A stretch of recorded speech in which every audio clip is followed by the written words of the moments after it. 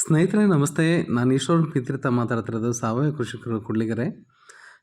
ಸ್ನೇಹಿತರೆ, ನನ್ನ ಪರಿಚಯ ಇದ್ದೇ ಇದೆ. ನಾನು ಈಗ ತೋರಿಸ್ತಾ ಇರೋದು ನಮ್ಮ ತಂದೆಯವರ ಫೋಟೋ ತೋರಿಸ್ತಾ ಇದ್ದೀನಿ. ಡಾಕ್ಟರ್ ಪಿ ಕೆ ತೀರ್ಥ ಅಂತೇಳಿ, ಪರಮೇಶ್ವರಪ್ಪ ಕೋಡಪ್ಪ ತೀರ್ಥ, ಮರಡಿದೇವಿಗೆರೆ, ಐಮಂಗಲ ಹೋಬಳಿ, ಚಿತ್ರದುರ್ಗ ಜಿಲ್ಲೆಯವರು. 1965ನೇ ಇಸ್ವಿನಲ್ಲಿ ಅವರಿಗೆ ಡಾಕ್ಟರ್ ಕೆಲಸ ಸಿಗುತ್ತೆ. ಅವರು ಕೆಲಸ ಮಾಡಿದಂಥ ಸ್ಥಳ ಅಶೋಕ್ ಸಿದ್ದಾಪುರ ಅಂಥೇಳಿ, ಚಿತ್ರದುರ್ಗ ಜಿಲ್ಲೆಯೇ ಮತ್ತು ಬಳ್ಳಾರಿ ಗಡಿ ಭಾಗದಲ್ಲಿರುವಂಥ ಒಂದು ಗ್ರಾಮದಲ್ಲಿ. ಯಾಕೆ ಹೇಳ್ತಾ ಇದ್ದೀನಿ ಅಂತಂದರೆ, 1992ರಲ್ಲಿ ನಾನು ಸಾವಯವ ಕೃಷಿ ಶುರು ಮಾಡಿದೆ ಅವರ ಆಶೀರ್ವಾದದಿಂದ. ಅದಾದಮೇಲೆ ಅನೇಕ ಪ್ರಶಸ್ತಿಗಳು, ಪತ್ರಗಳು ಬಂದಾದಂಥ ರೈತರಿಗೆ ಪಾಠ ಮಾಡೋಂಥದ್ದು, ನನ್ನ ಅನುಭವ ಹಂಚ್ಕೊಳ್ಳೋಂಥದ್ದು ಹೀಗೆ ನಡೀತಾನೇ ಇತ್ತು. ಜೊತೆಯಲ್ಲಿ ಒಂದಿಷ್ಟು ಪುಸ್ತಕಗಳನ್ನು ಬರೆಯುವಂಥ ಅನುಭವ, ಇದೆಲ್ಲ ಸಾಗ್ತಾ ಸಾಗ್ತಾ ಅನೇಕ ದೊಡ್ಡ ದೊಡ್ಡ ವ್ಯಕ್ತಿಗಳನ್ನು ಭೇಟಿ ಮಾಡೋಂಥದ್ದು, ದೇಶಾದ್ಯಂತ ಸಂಚಾರ ಮಾಡುವಂಥ ಭಾಗ್ಯ ನನಗೆ ಸಿಗ್ತಾ ಹೋಯಿತು. ಇದ್ರ ಮಧ್ಯದಲ್ಲಿ ಕಳೆದ ತಿಂಗಳು ಚಿತ್ರದುರ್ಗ ಆಕಾಶವಾಣಿ ಬಾನುಲಿ ಕೇಂದ್ರದಿಂದ ಒಬ್ಬ ರೈತರನ್ನ ಇಂಟ್ರ್ಯೂ ಮಾಡ್ತಾರೆ. ಆ ಇಂಟ್ರ್ಯೂ ಮಾಡಿದಂಥ ಸಂದರ್ಭದಲ್ಲಿ ಅಶೋಕ್ ಸಿದ್ದಾಪುರನ ಊರಿನ ಹೆಸರು ನನ್ನ ಕಿವಿಗೆ ಬೀಳುತ್ತೆ. ತಕ್ಷಣ ಕಿವಿ ಚುರುಕಾಗುತ್ತೆ. ಯಾಕೆಂದರೆ ನಮ್ಮ ತಂದೆ ಅಲ್ಲಿ ವರ್ಕ್ ಮಾಡ್ತಾಯಿದ್ರು ಅನ್ನೋದು ಒಂದಿತ್ತು. ಅಶೋಕನ ಶಾಸನ ಇದೆ ಆ ಜಾಗದಲ್ಲಿ ಅನ್ನೋದು ಒಂದು ಗರಿಮೆ ಮತ್ತು ಒಂದು ಇತಿಹಾಸ ನನಗೆ ತಿಳಿದಿತ್ತು. ಹಾಗಾಗಿ ಯಾಕೆ ಅಲ್ಲಿ ನಾನು ಹೋಗಬಾರ್ದು ಅನ್ನಿಸ್ತು. ಕಾರಣ ಏನಪ್ಪ ಅಂದರೆ, ಅಲ್ಲಿ ಗಂಗಣ್ಣ ಅನ್ನೋರು ಅದ್ಭುತವಾದ ಕೃಷಿ ಮಾಡಿದ್ರು ಅಂತೇಳಿ ಗೊತ್ತಾಯಿತು. ಹಾಗಾಗಿ ಗ್ರಾಮ ಭೇಟಿ ಮಾಡಿದೆ. ಈಗ ತೋರಿಸ್ತಿರೋಂಥ ಮನೆ ನಮ್ಮ ತಂದೆಯವರು 65ನೇ ಇಸ್ವಿಯಲ್ಲಿ ವಾಸ ಮಾಡಿದಂಥ, ಅವ್ರ ಮದುವೆಗಿಂತ ಮುಂಚೆ ಇದ್ದಂಥ ಜಾಗ ಅದು. ಪಿಂಕ್ ಕಲರ್ ಥರ ಅದು. ಮತ್ತು ಇದು ಗ್ರಾಮದ ಚಿತ್ರಣಗಳು. ಸುಮಾರು 3000 ವರ್ಷದ ಹಳೆಯದಾದ ಒಂದು ವೀರಭದ್ರೇಶ್ವರ ದೇವಸ್ಥಾನ ಅಲ್ಲಿದೆ. ಮತ್ತು ಊರಿನ ಹೊರಭಾಗಕ್ಕೆ ಬಂದರೆ ಬ್ರಹ್ಮಗಿರಿಯ ತಪ್ಪಲಿನಲ್ಲಿ ಅಶೋಕ ಕೆತ್ತನೆ ಮಾಡಿದಂಥ ಒಂದು ಶಾಸನ ಇದೆ. ಯಾಕೆ ಎಲ್ಲಿಯ ಅಶೋಕ ಚಕ್ರವರ್ತಿ, ಎಲ್ಲಿಯ ಅಶೋಕ್ ಸಿದ್ದಾಪುರ, ಇಲ್ಲಿಯ ಖನಿಜಾಂಶಗಳನ್ನು ಗುರುತಿಸ್ಕೊಂಡು ಆ ವ್ಯಕ್ತಿ ಬಂದಿದ್ದ ಅಂತ ಅನಿಸುತ್ತೆ. ಬಹುಶಃ ಇಲ್ಲಿವರೆಗೂ ಪ್ರಯಾಣ ಮಾಡಿದ್ದ ಅಂತ ಅನಿಸುತ್ತೆ. ದೇವರು ಕಲ್ಲುಗಳನ್ನ ಮರದಲ್ಲಿ ತುಂಬ್ಕೊಂಡು ಸುರಿದೇನ ಊರನ್ನ ಕಟ್ಟಬೇಕಾರೆ, ಊರನ್ನ ನಿರ್ಮಾಣ ಮಾಡ್ಬೇಕಾರೆ ಅನ್ನೋ ರೀತಿಯಲ್ಲಿ ಕಲ್ಲುಗಳು ಅಲ್ಲಿ ಸುರಿದು ಬಿದ್ದಿರೋ ಅಂಥದ್ದು ಚಿತ್ರ ಕಾಣಿಸುತ್ತೆ.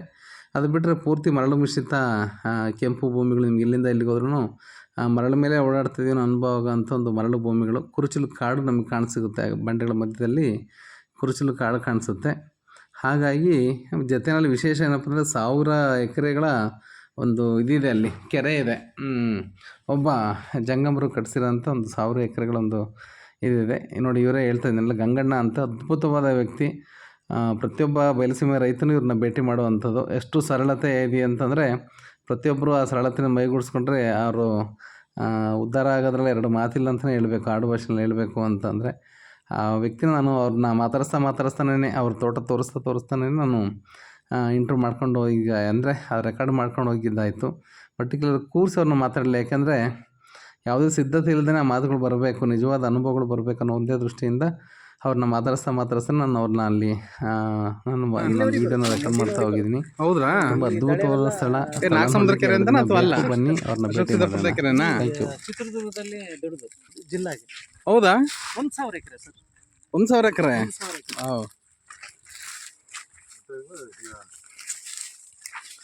ಪಳಗರ ಹೆಸರು ಬಂತಸದು ಉಚ್ಚಂಗಿದುರ್ಗ ಅಂತ ಕಾಣಿಸ್ತು ಬೋರ್ಡು. ಇಲ್ಲಿದೆ. ಇವರು ಪಾಳೆಗಾರ ಏರಿಯಾಗಳು ಇವೆಲ್ಲ ಅಂತ. ಕರ್ಣ ನೋಡ, ರಕ್ತ ಚಂದನ ಅಲ್ಲಿ ನಿಮಗೆ ಮರಗಳಿದೆ. 17 ವರ್ಷದ ಮರಗಳಿದಾವೆ ನಿಮ್ಮಲ್ಲೇನೆ. ನಮ್ಮಲ್ಲೇ ತೋರಿಸ್ತೀನಿ. ಓಕೆ. ಪುಷ್ಪ ಫಿಲಮ್ ಅಲ್ಲಿ ತೋರಿಸ್ತಿದ್ರಲ್ಲ. ಪುಷ್ಪ ಫಿಲಮ್ ಅಲ್ಲಿ ನಮ್ದು ಅಲ್ಲಿಗೆ 20 ಲಕ್ಷಕ್ಕೆ ಬರುತ್ತೆ. ಅಲ್ಲ, ಈಗ ಇದು ರಾಜಮಂಡ್ರಿನೇ? ರಾಜಮಂಡ್ರಿ. ಹೌದಾ? ಹೌದು ಸರ್. ಹಾಂ, ಸಸ್ಯ ಕಾಶಿ ಅದು. ಹೌದಾ? ಹೌದು ಸರ್. ನೀವು ಹೇಳಿದ್ಮೇಲೆ ನೋಡ್ಬೇಕು ಅನ್ನಿಸ್ತಾ ಇದೆ ಈಗ. ನಾನು ಭಾಳ ಸರಿ ವರ್ಷದಲ್ಲಿ 2 ಸರಿ ಆದ್ರೂ ಹೋಗ್ತೀನಿ. ಹೌದಾ? ನರ್ಸರಿಗಳವರೆಲ್ಲ ತುಂಬ ಪರಿಚಯ. ಹಾಂ. ಹೀಗಾಗಿ ಹೋಗ್ತಾ ಇರ್ತೀನಿ. ಒಟ್ಟು ಎಷ್ಟು ಎಕರೆ ಜಮೀನು ಇದೆ ನಿಮ್ಮದು ಟೋಟಲ್? ನಮ್ದು 30 ಇದೆ. 30 ಎಕರೆ. 30 ಎಕರೆ ತೋಟಗಾರಿಕೆ ಅದರಲ್ಲಿ? ಟೋಟಲ್ ತೋಟಗಾರಿಕೆನೆ. ಇದರಲ್ಲಿ ಮಧ್ಯದಲ್ಲಿ ನಾವು ಶೇಂಗಾ ಹಾಕ್ತೀವಿ. ಈಗ ಏನು ಬೀಳ್ ಕಾಣಿಸ್ತಿದ್ರಲ್ಲ, ಶೇಂಗಾ ಬಂದ್ಬಿಡುತ್ತೆ. ಮಳೆಗಾಲದಲ್ಲಿ ಶೇಂಗಾ ಹಾಕ್ಬಿಡ್ತೀವಿ. ಓಕೆ. ನಾವು ಇದಕ್ಕೆ ಸ್ಪ್ರಿಂಕ್ಲರ್ ಇಡ್ತೀವಿ. ಇವೆಲ್ಲ ಬೆಳಿತೀವಿ. ಓಕೆ. ಬರುತ್ತೆ ಬೋನಸ್. ಓಕೆ. ಈಗ ಮಾವು ನಮ್ಗೆ ಯಥೇಚ್ಛವಾಗಿ ಕಾಣಿಸ್ತಾ ಇದೆ. ಈಗ ನೇರ್ಲ ಅಲ್ಲೊಂದಿಲ್ಲೊಂದು ಕಾಣಿಸ್ತಾ ಇದೆ ಮಧ್ಯದಲ್ಲಿ. 30 ಮಾವಿದೆ, ಮಧ್ಯದಲ್ಲಿ ನೇರಳೆ ಇದೆ ಈ ಪ್ಲಾಟ್ ಅಲ್ಲಿ. ಮತ್ತೆ ಶ್ರೀಗಂಧನೂ ಇದೆ, ರಕ್ತಚಂದನೂ ಇದೆ. ಆ ಕಡೆನೂ ಸೇಮ್. ಮಾವು ಇದೆ, ಸಪೋಟ ಇದೆ, ನೇರಳೆ ಇದೆ, ಪೇರ್ಲೆ ಇದೆ. ಆಮೇಲೆ ಶ್ರೀಗಂಧ, ರಕ್ತಚಂದನ, ತೇಗ, ತೆಂಗು, ಇಲ್ಲ ಈಗ ಮಾವು ನಿಮಗೆ ಮೇಯಿಂದ ಶುರು ಆಗುತ್ತೆ ಇನ್ಕಮ್ ಅಂದರೆ ಒಬ್ಬ ರೈತನಿಗೆ ಮಾವು ಬೆಳೆದಂಥ ರೈತನಿಗೆ ಇದು 1 ವರ್ಷಕ್ಕೆ ಮೇ ಏಪ್ರಿಲ್ ಮೇ ಜೂನ್ ಹೌದು ಸರ್ 3 ತಿಂಗಳು ಇದೆ ಮೇ ಲಾಸ್ಟ್ ಮಂತಲ್ಲೇ ಮೇ ಲಾಸ್ಟ್ಗೆ ಇದಾಗುತ್ತೆ. ಮನೆ ಆಗ್ಬಿಡುತ್ತೆ. ಸಪೋಟ ನಿಮಗೆ ಸಪೋಟ ನಮಗೆ ಶುರು ಆಗುತ್ತೆ ಸರ್. ಬಟ್ ನಾನೇನು ಮಾಡಿದ್ದೀನಿ ಅಂದರೆ ಸಪೋಟದಿಂದ ನಾನು 1 ರೂಪಾಯಿ ಕೂಡ ತಗೊಳ್ತಾ ಇಲ್ಲ. ಎಲ್ಲ ಕರಡಿಗಳಿಗೆ ಬಿಟ್ಬಿಟ್ಟಿದ್ದೀನಿ. ಇಲ್ಲಿ ಕರಡಿಗಳು ಜಾಸ್ತಿ ಇದೆಯಾ ಇಲ್ಲಿ? ತುಂಬ ಮನೆ ಈಗ 7-7:30 ಆಯ್ತಂದ್ರೆ ಮನೆ ಹತ್ರ ಎಲ್ಲ ಬರ್ತಾವೆ. ಅವೆಲ್ಲ ಇಲ್ಲೆಲ್ಲ ಗಲೀಜು ಮಾಡಿ ಬಿಡ್ತಾವೆ. ಹಾಂ ಹಾಂ ಹಾಂ ಹಾಂ ಬಿಟ್ಟಿದ್ದೀನಿ ನಾನು. ಒಳ್ಳೇದು. ಇದು ಮಾಡಿಲ್ಲ, ಅವು ಬದುಕಬೇಕಲ್ಲ. ಹಾಂ ಹಾಂ ಹಾಂ ಸಪೋಟ ಕರಡಿ ಪಾಲ ಮಾವು ಪಾವಿಗೆ ಅದಕ್ಕೇನೆ ಈಗ ಅದಕ್ಕೆ ಆಹಾರ ಬೇಕು.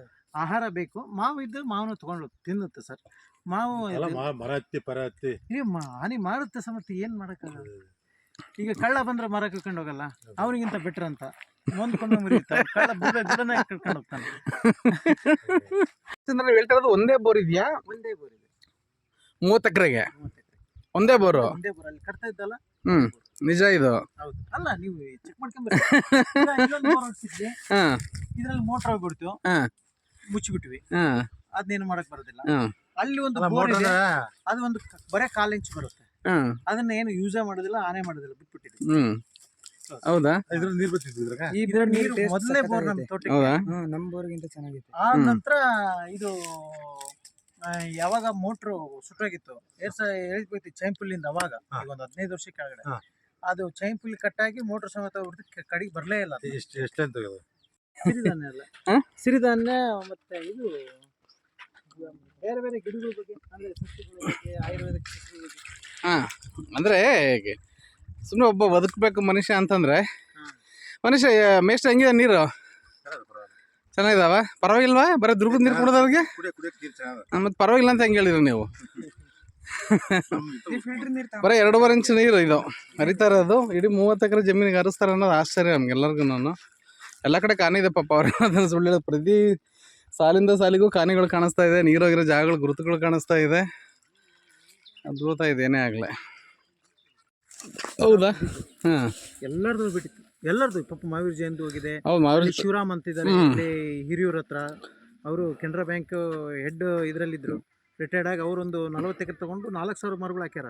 ಅವ್ರಿಗೆ 40 ಕೆಜಿ ಹಣ್ಣು ಸಿಕ್ಕಿಲ್ಲಂತೆ. ನಿಮ್ಗೆ ಎಷ್ಟು ಸಿಕ್ಕಂಗಾಯ್ತು? ನಮಗೆ ಭಾಳ ಸಿಕ್ಕಿದೆ. ಹೌದಾ? ಅಂದ್ರೆ ಏನಿಲ್ಲ, ಬಟ್ ಮೊನ್ನೆ ಗಾಳಿಗೆ ಮಾತ್ರ ಭಾಳ ಹಾಳಾಯ್ತು. ಮಾವೇ ಅಂದರೆ ಬಂದಿದ್ದ ಮಾವು ಬಿದ್ದ ಹಾಳಾಯ್ತು. ಬಿದ್ದು ಹಾಳಾಯ್ತು. ಮರ ಕೂಡ ಕೊಟ್ಟಿತ್ತು.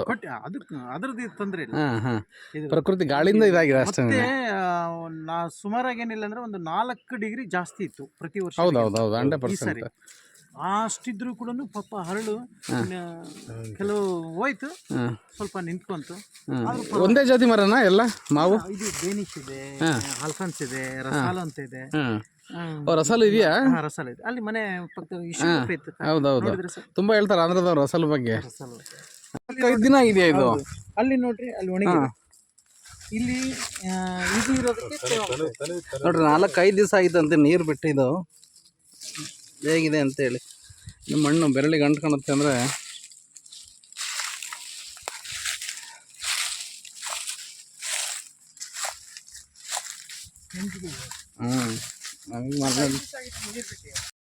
ಎಷ್ಟು ವರ್ಷದ ಮರ ಇರ್ಬೋದು ಇದಾಗ್ಲೇ? ಸರ್ ಇದು 8 ವರ್ಷ ಇದೆ. 8ರಿಂದ 9 ವರ್ಷ. ನೀವು ಇದನ್ನು ಪ್ರೂನಿಂಗ್ ಮೆಥಡು ಇದನ್ನೆಲ್ಲ ಮಾಡ್ತಾ ಇರ್ತೀರಾ ಅದಕ್ಕೆ, ಅಂದರೆ ಹರಡಲಿಕ್ಕೆ? ಹಾಂ, ಈಗ ಮಾವಿಗೂ ಅದನ್ನ ಅನುಸರಿಸ್ತೀರಾ? ಯಾವುದು?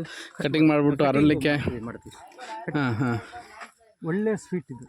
ನೀವು ಎಲ್ಲ ಕಿತ್ಕೊಂಡು ಅಂದರೆ ಕೊನೆಗೆ ಇದನ್ನ ಈಗ ಮತ್ತೆ ಕಾಪಿ ಶುರುವಾಯಿತು ಸರ್. ಭಾಳ ಸ್ವೀಟ್ ಇರುತ್ತೆ. ಕ್ರಿಕೆಟ್ ಬಾಲ್ ಅಲ್ಲ? ಜೋಟಿ ಜೋಟಿ ಜೋಟಿ ಸ್ವಲ್ಪ ಜೋಟಿ.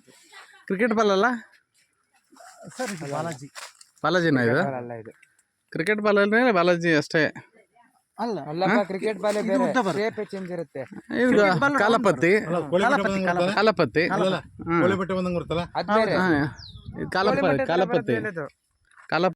ಹೌದು. ಓಪನ್ ಮಾಡಿದ್ರೆ ಸಕ್ಕರೆ ಇದ್ದಂಗೆ ಇರುತ್ತೆ.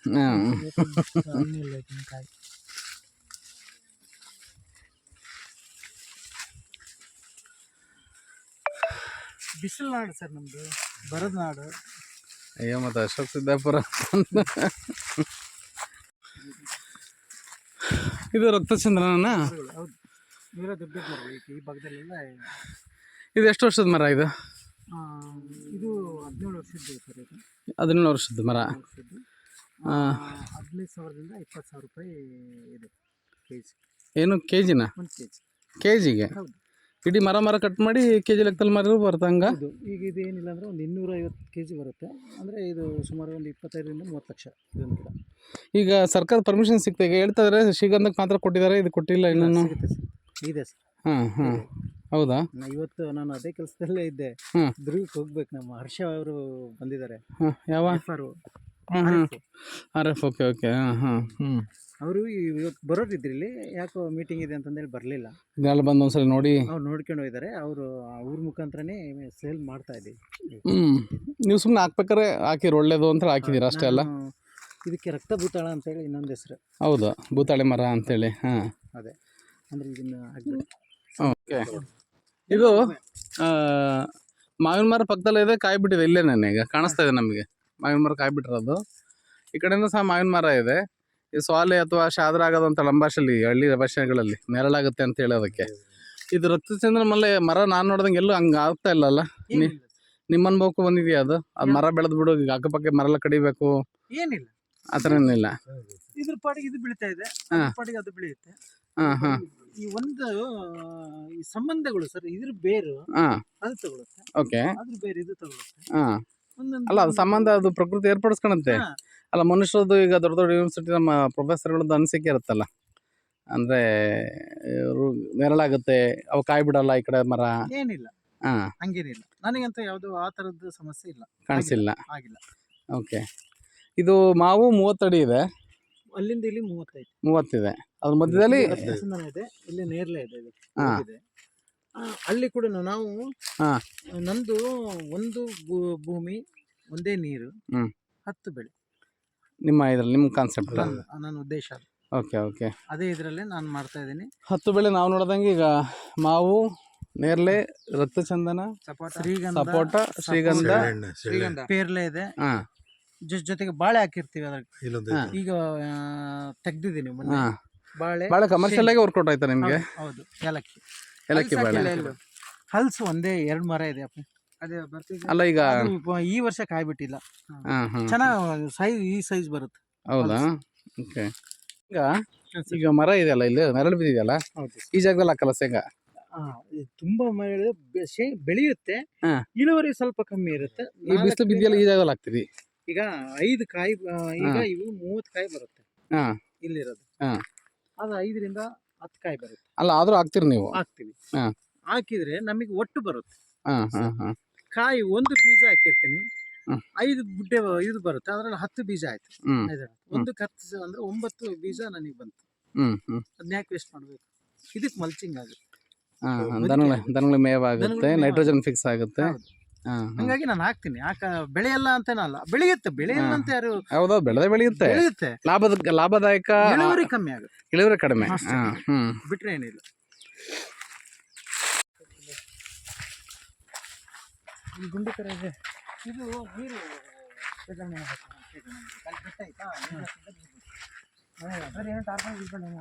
ಇಲ್ಲ.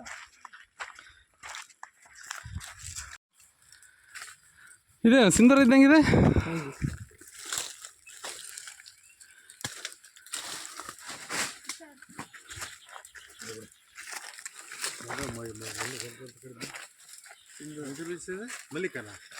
ಅಲ್ಲ ಸರ್, ಇದು ನಾಟಿಕಾಯಿ. ಉಪ್ಪಿನಕಾಯಿಗೆ ಬರುತ್ತೆ. ಉಪ್ಪಿನಕಾಯಿ ಎಲ್ಲ ಹಾಕ್ತಿದ್ರೆ ಸರ್, ನಿಮಗೆ ತೊಗೊಂಡೋಗ್ತಿರಲ್ಲ?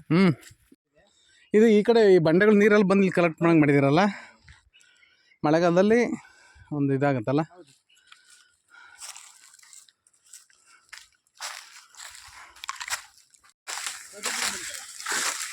ನೋಡೋ ಕಾರಣ ಹೆಂಗಿದೆ.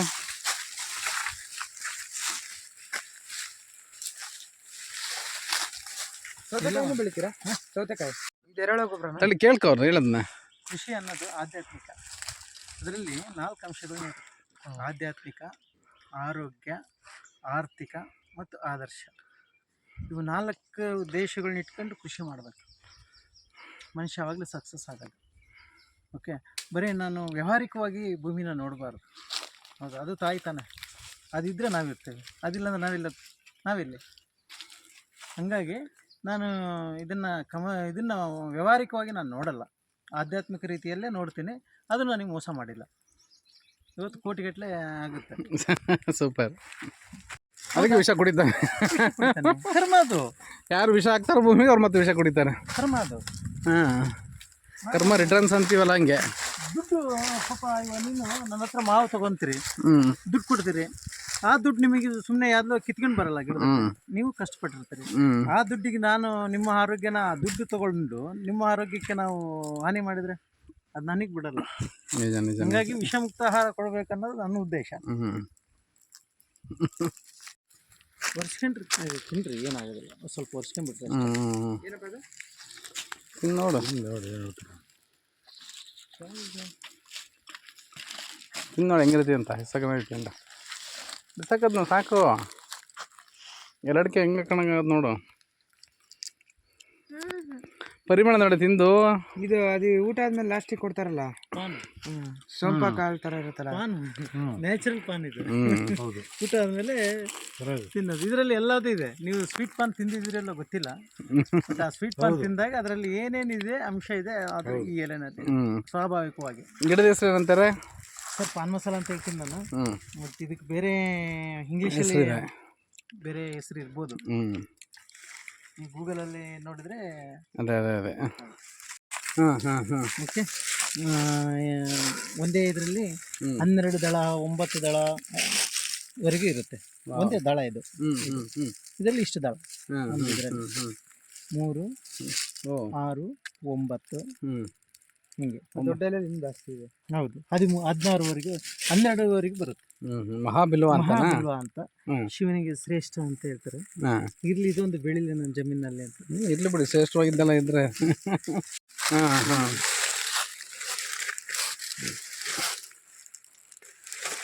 ಸ್ಮೆಲ್ ನೋಡ್ರಿ ಇದ್ರದ್ದು ಪರಿಮಳ. ಹೊಸಗುಂದಿ ನಾವು ಜ್ಯೂಸ್ ಮಾಡ್ತೀವಿ ಗೊತ್ತಾ? ಸರ್ ಬಸಂತದ್ದಲ್ಲ, ಇದು ಬಸಂತ ಜ್ಯೂಸ್ ಮಾಡ್ತೀವಲ್ಲ ಗೊತ್ತಾ, ಪಾನಕ ಕಾರ್ಯಕ್ರಮಗಳಿಗೆಲ್ಲ. ನೋಡ್ರಿ ಸ್ಮೆಲ್ ಇದ್ರದ್ದು. ಸೊಗಡೆ ಬೇರು ಅಂತಾರೆ, ತಿನ್ಬೋದಾ? ಬಿಳಿ ಸುಗಂಧ. ಇದು ಈಗ ಎಷ್ಟನೇ ವರ್ಷದ ಇತಿಹಾಸ ಈ ತೋಟಕ್ಕೆ? ಇದು ಸರ್ 18 ವರ್ಷ. 18 ವರ್ಷ ಆಯಿತು. ಅದಕ್ಕಿಂತ ಮುಂಚೆ ಶೇಂಗಾ, ರಾಗಿ ಈ ಥರ? ಶೇಂಗಾ ಅಷ್ಟೇ. ಶೇಂಗಾ ಮಳೆ ಅಷ್ಟೇ. ಬಂದರೆ ಬೆಳೆ, ಹಾಂ, ಮಳೆ ಬಂದಿಲ್ಲ ಅಂದರೆ ಬೆಳೆ ಇಲ್ಲ. ಮುಗಿತಲ್ಲ ಲೈಫ್.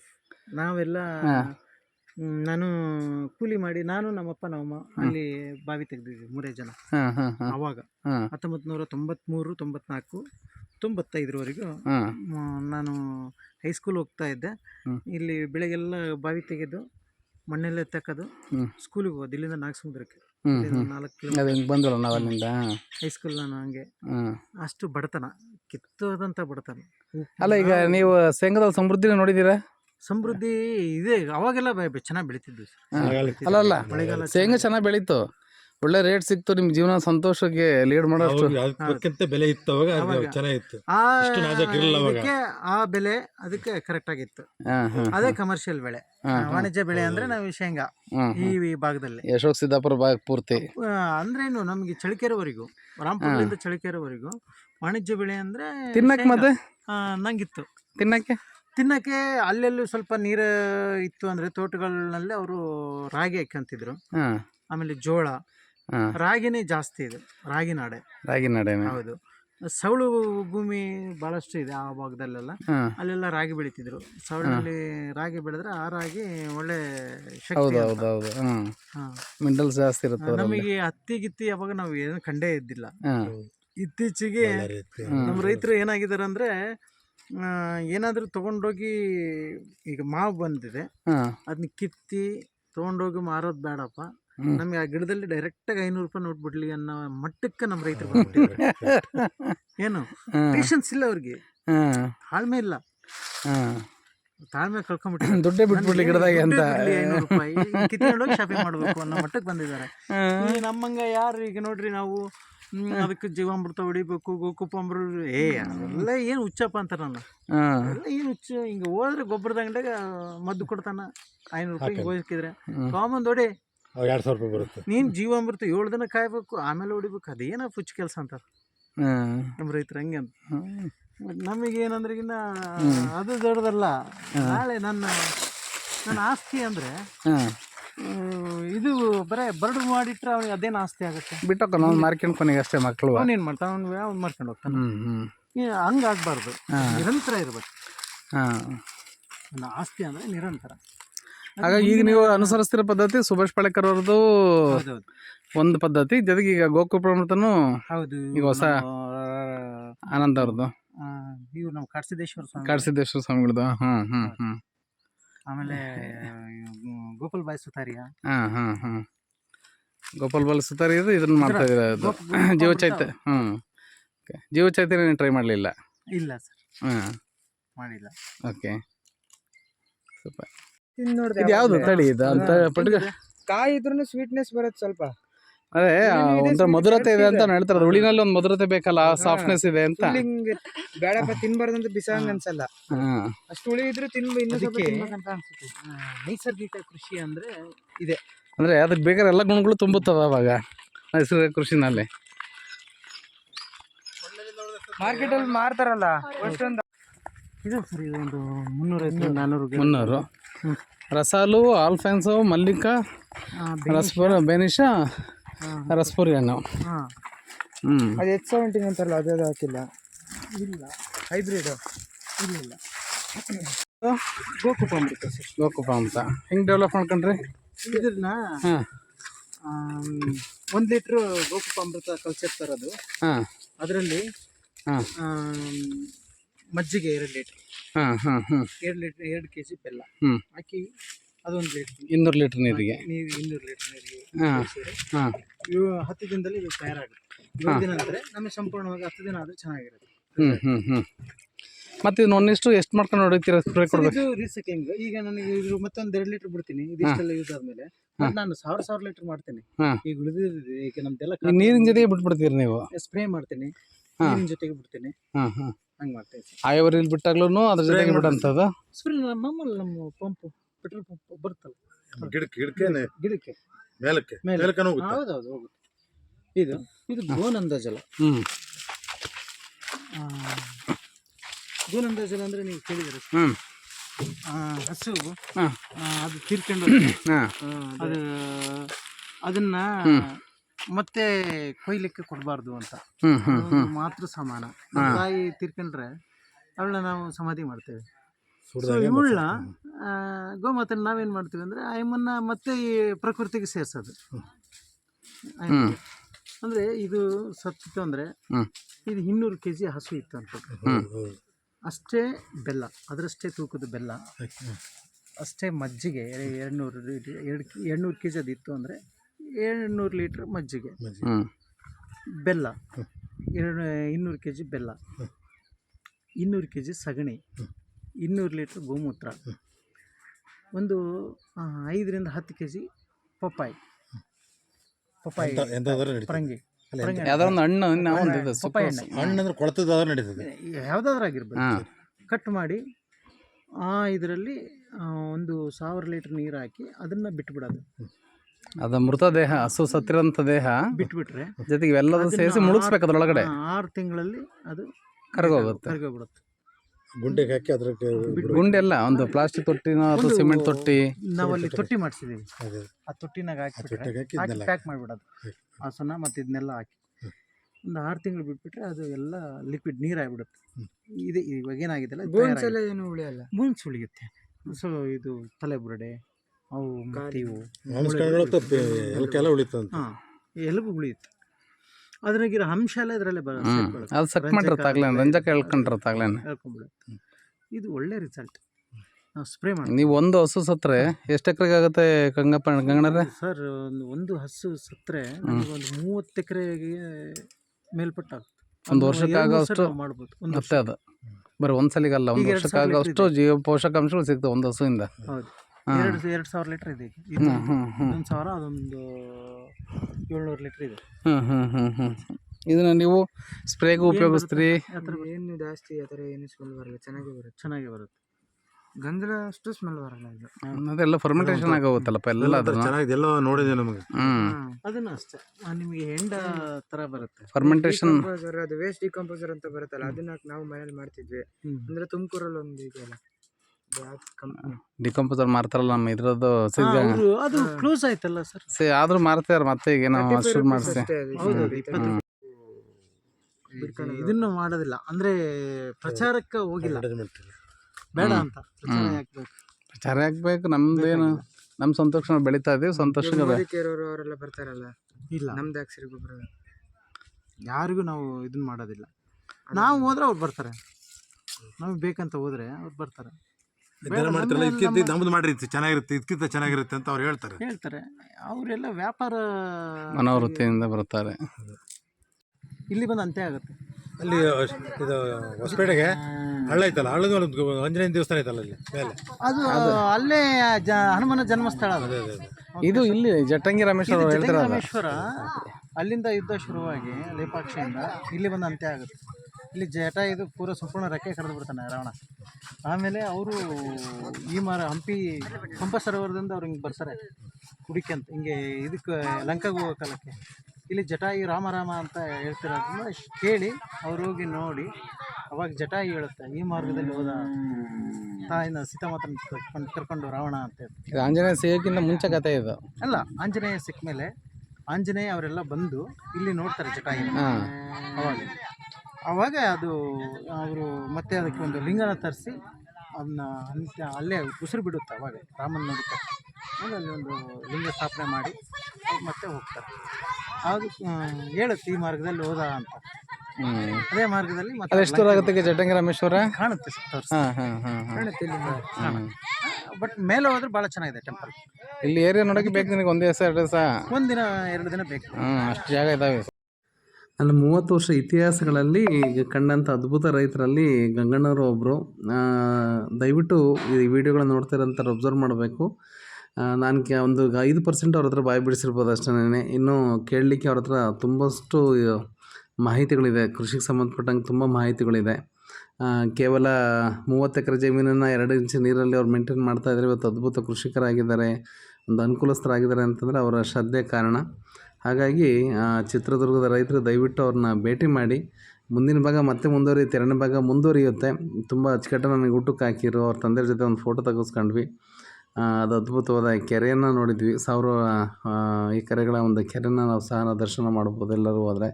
ಮಳೆ ಬಂದೇನಾದ್ರು ತುಂಬಿರೋಂಥ ಒಂದು ಅದ್ಭುತವಾದ ಪ್ರಪಂಚ ಅಶೋಕ್ ಸಿದ್ದಾಪುರ ಅನ್ನೋಂಥದ್ದು. ಮೂಲತಃ ಹೇಳಬೇಕು ಅಂದರೆ ಗಡಿಗಿ ಚನ್ನಬಸಪ್ಪ ಅಂತೇಳಿ ಗಡಿಗಿ ಮಂತನ ಅಂತೇಳಿ ಇವರು ಬಳ್ಳಾರಿಯಲ್ಲಿ ಒಂದು ಮುಖ್ಯವಾದ ಸರ್ಕಲ್ ಇದೆ, ಇದಕ್ಕೆ ಸಂಬಂಧಪಟ್ಟಂಥ ವಂಶಸ್ಥರು. ದಯವಿಟ್ಟು ಭೇಟಿ ಮಾಡಿ.